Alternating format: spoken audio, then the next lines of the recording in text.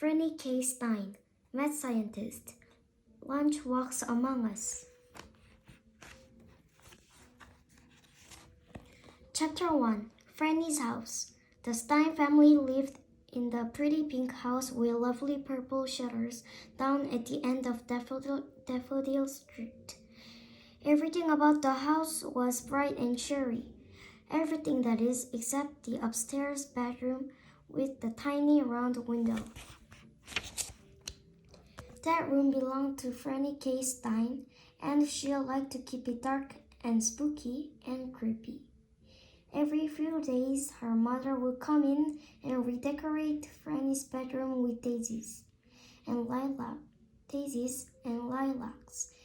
and pictures of lovely horses.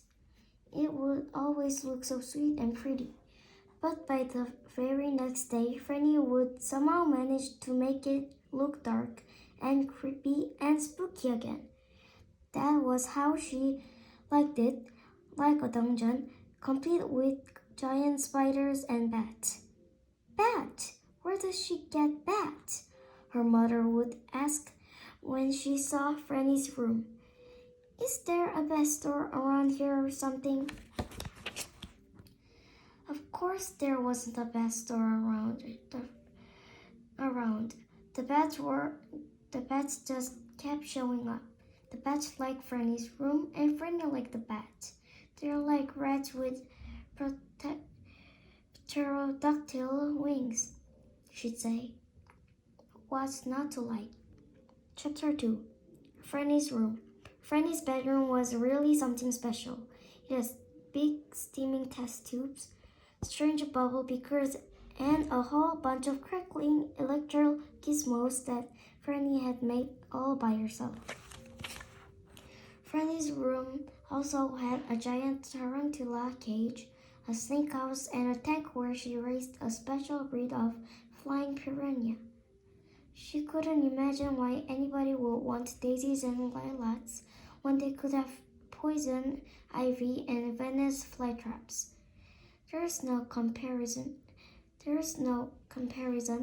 she'd say, ducking one of her flying piranha.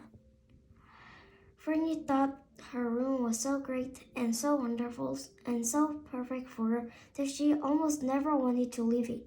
But she had to, of course, for things like going outside, eating dinner, going to school, and using the bedroom, which is something Franny really liked to do. Oops, that didn't sound right. It was going to school that Franny really liked. Chapter 3. New at school. Franny and her family had just moved to the house at the end of Daffodil Street, and she was new at school. She liked their teacher, Miss Shelley. She thought she would like the other kids too, but they really weren't very friendly toward Franny. The other kids weren't mean. They just had never known anybody like Franny. Nobody else had a jump rope like Franny's. Franny's lunch didn't look like the other kids' lunches either. And when they played hide and seek, no one could find her. Franny could tell that the other kids were afraid of her, and that made her sad because she really did want to make friends. Her teacher, Miss Shelley, noticed that what was happening, and one day she asked Franny to stay after class. Chapter 4. A Proposal. Miss Shelley was the nicest, smartest teacher Franny had ever had. Franny used to think that if only she dressed differently and wore her hair another way, she would be perfect. You're a wonderful student, Miss Shelley said. Thank you, Franny said. I like school, especially science, especially the gooey parts of science. I like gooey parts too, Miss Shelley said, and they both laughed. I am a math scientist, you know, Franny whispered. That must be very rewarding, Miss Shelley said. but she didn't really believe that Franny was a real-life mad scientist. Franny could tell. But I wonder if you might be a little lonely sometimes, Miss Shelley continued. I am lonely sometimes, Franny admitted, but I don't understand the other kids and I don't know how to make friends with them. I think you can figure it out, said Miss Shelley. You're smart. Franny folded her arms. I don't know, Miss Shelley. Think of it as an experiment, Miss Shelley said. Franny's eyes lit up. A wide grin crawled across her face.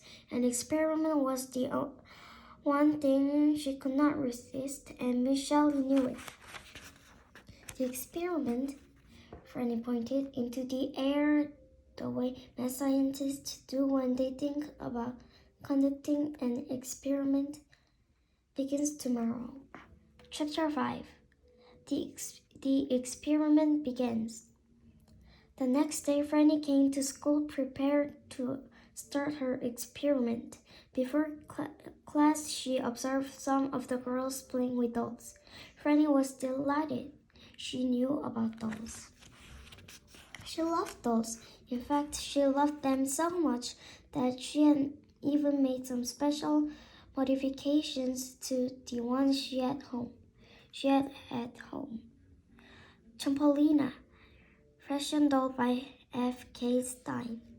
Trampolina's steel teeth can easily munch the heads of other dolls. Super dangerous.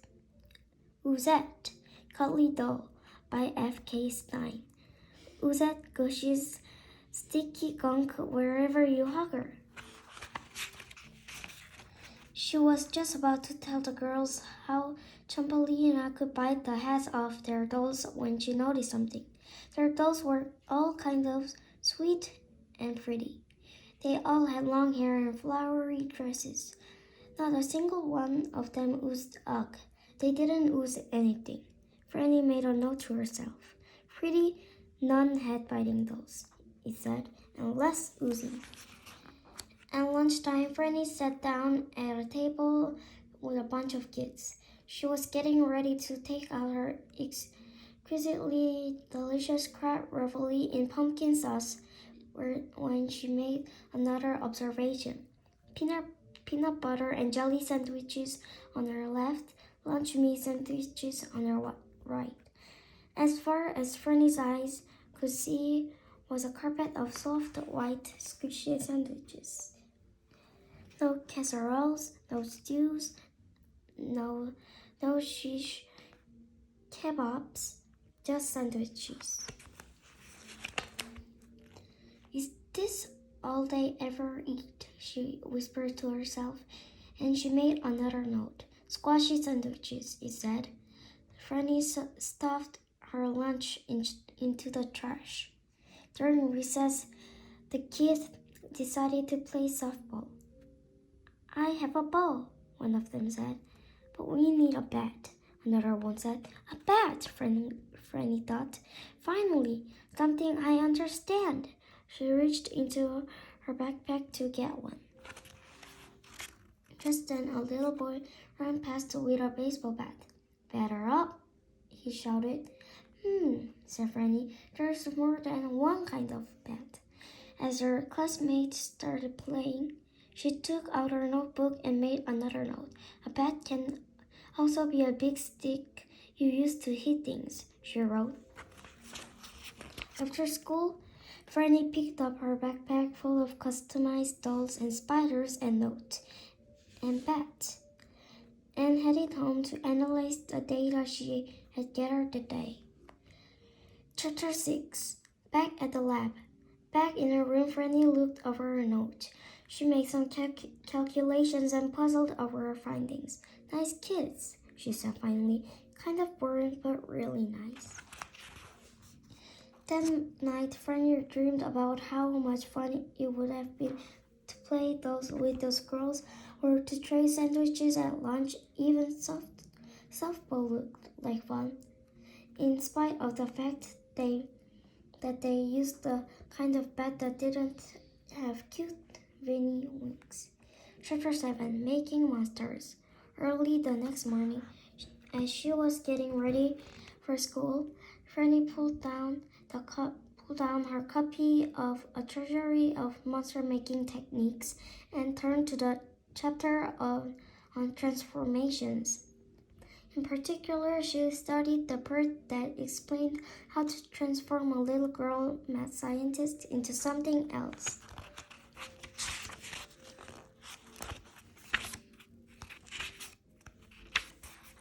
I know what to do, she said, and she began combining honey, vanilla, jelly beans, and pink soda.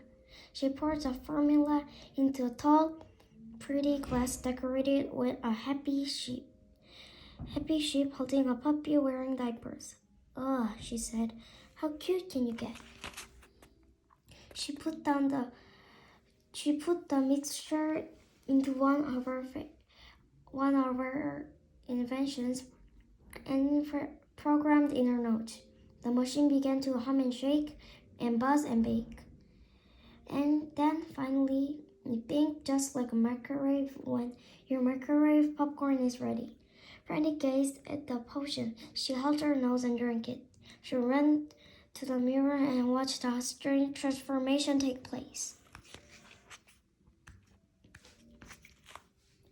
When Franny came downstairs to breakfast, her mother took one look at her and dropped her toast.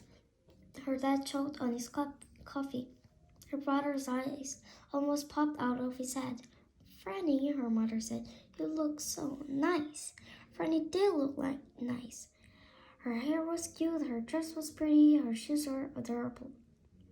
She didn't really look like Franny anymore, but she looked nice, kind of.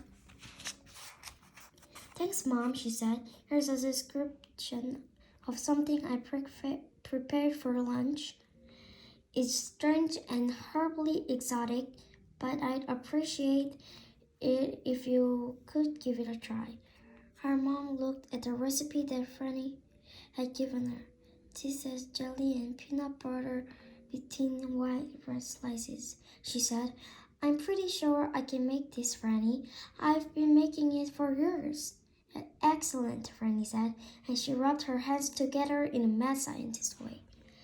Chapter 8 A Transformed Franny. Before school, Franny met some of the girls from her class. Franny had a modified trampolina with her.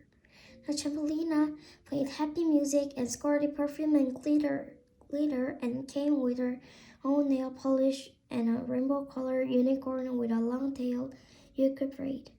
The other girls loved trampolina and crowded around her. Franny thought it was fun playing with the girls, but deep down she missed the old trampolina.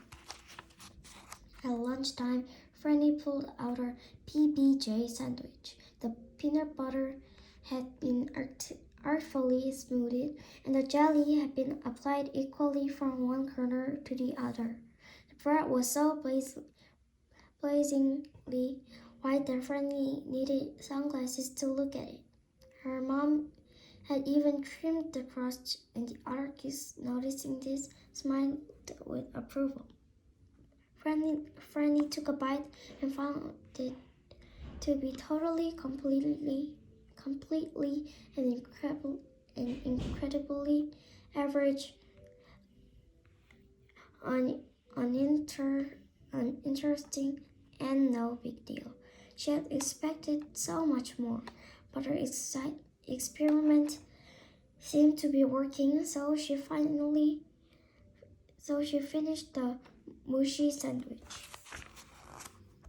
At the recess, Franny suggested they play softball. She consulted her notes quickly and added, I think it best we use a ball instead of skull or giant squid eyeball or something gruesome like that. The other kids were a bit puzzled, but they agreed.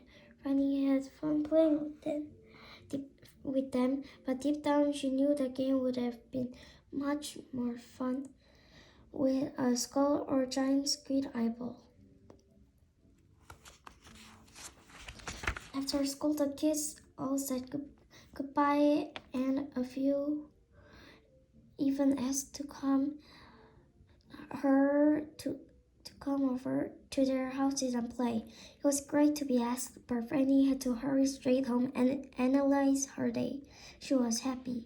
The other kids liked her, even if it was only a transformed her. Chapter 9. Lunch doesn't agree with me. The next day at school, while the kids were doing their math problems, Miss Shelley took Franny over to side and talked to her. "How's the experiment going?" she asked. "It's great. I understand them and I think we're becoming friends. They seem to like me better if I just go along with the things they like. Are you sure that's for the best?" Miss Shelley asked. "Well, that's what the data seem to suggest," Franny said, and showed Miss Shelley some graphs to back it off. "But I like the real you." Miss Shelley was about to continue when a piercing scream tore through the room. "The trash can!" a girl shrieked. "It's moving." Franny's mad scientist brain raced.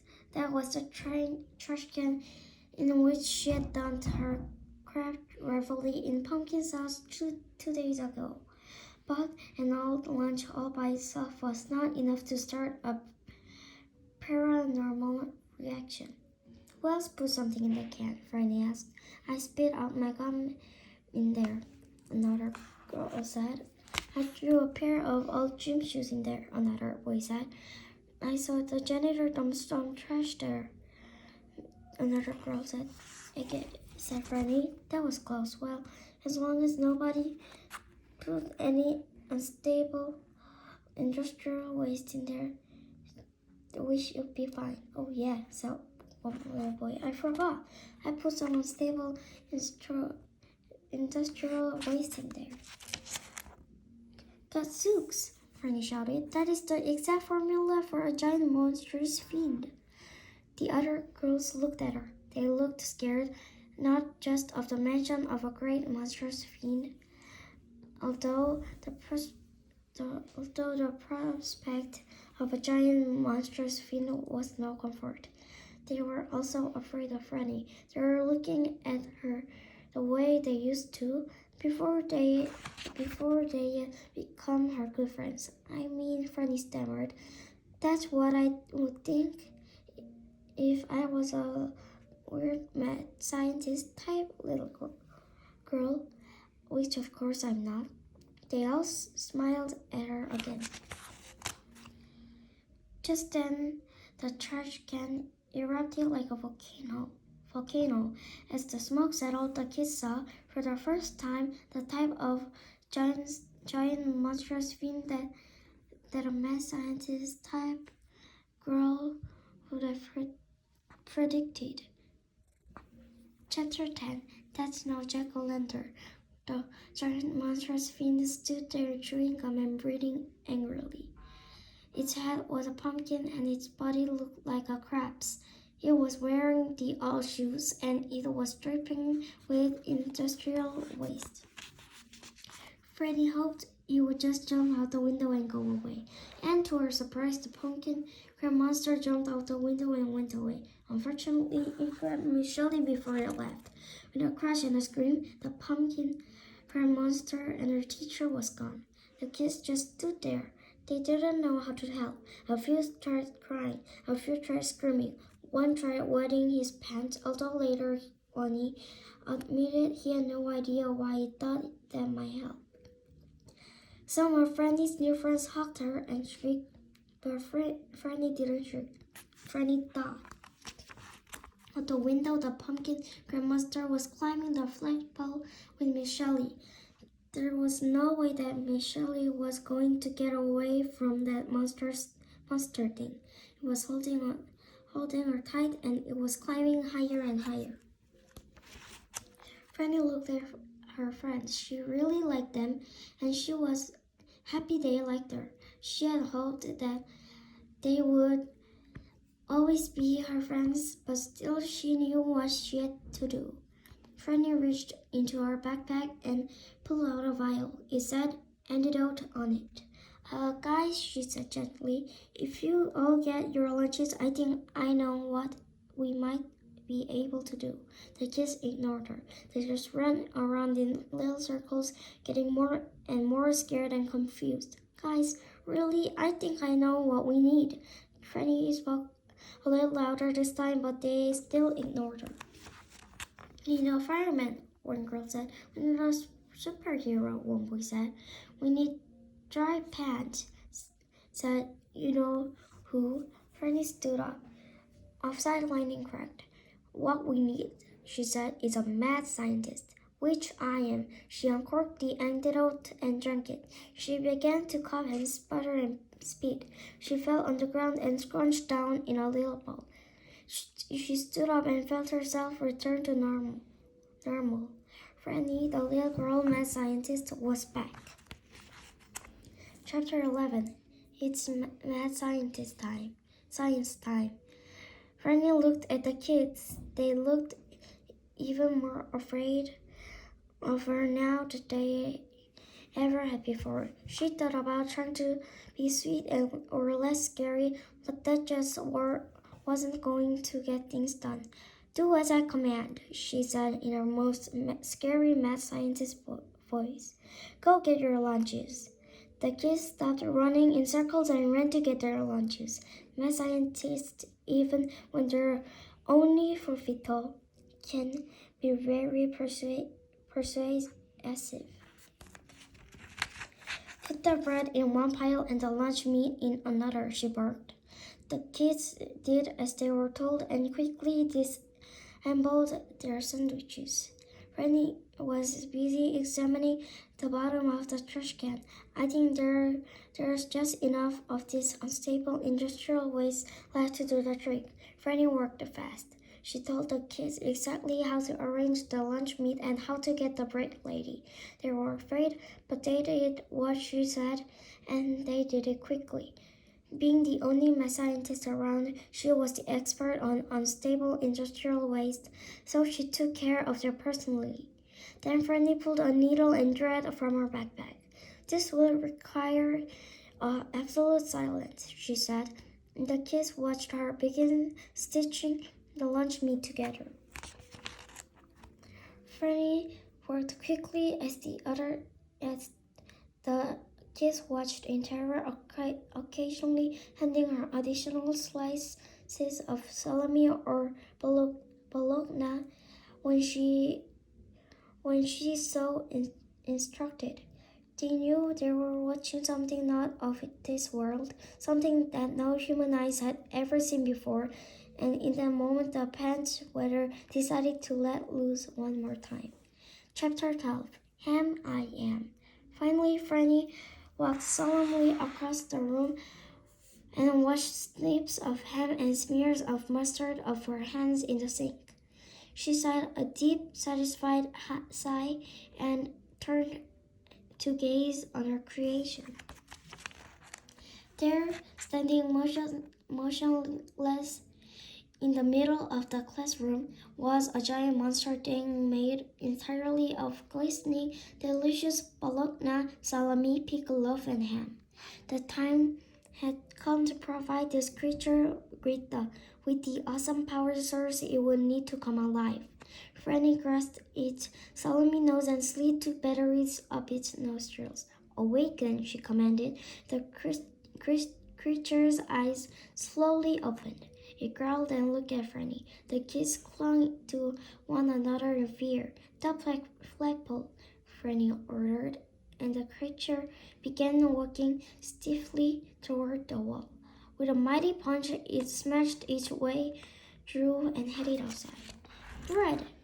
Franny yelled, and the kids, following Franny's plan, began pushing the pile of bread over to the base of the flagpole. The lunch meat creature grabbed the pole and shook it.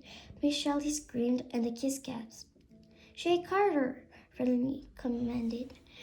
The lunch meat creature shook and shook until finally the pumpkin crab monster dropped Miss Shelley. Chapter 13. The final inning.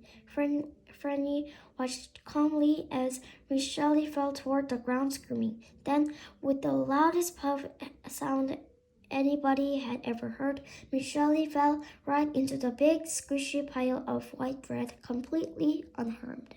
Puff! Franny turned to the lunch meat creature.